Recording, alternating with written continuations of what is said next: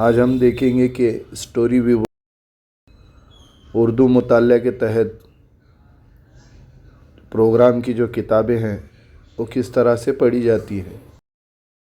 Viewers पर जाने पर ज़बान का इंतखाब करने के बाद उर्दू ज़बान में आपको यहाँ पर बहुत सारे ऑप्शन दिखाई दे, जिसमें वसाइल में जाने के बाद उर्दू प्रोग्राम अव्वल से 8वीं तक के इस पर टच करने के बाद उर्दू ज़बान मुंतखब करने के बाद आपको उर्दू मुताल्या के तहत जो किताबें पढ़नी हैं ग्रेड वाइज नज़र आएगा।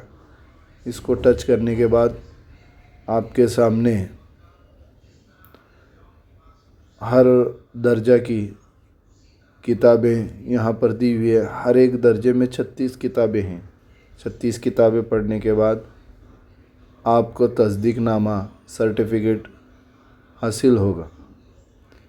इस तरह से जब हम किताब पढ़ना चाहिए ऑप्शन नज़र आएगा और किताबें मेरे आसपास के लोग मुख्तलिफ़ नाम की किताबें आपको यहाँ पर पढ़ने के लिए मुहैया की किताबें।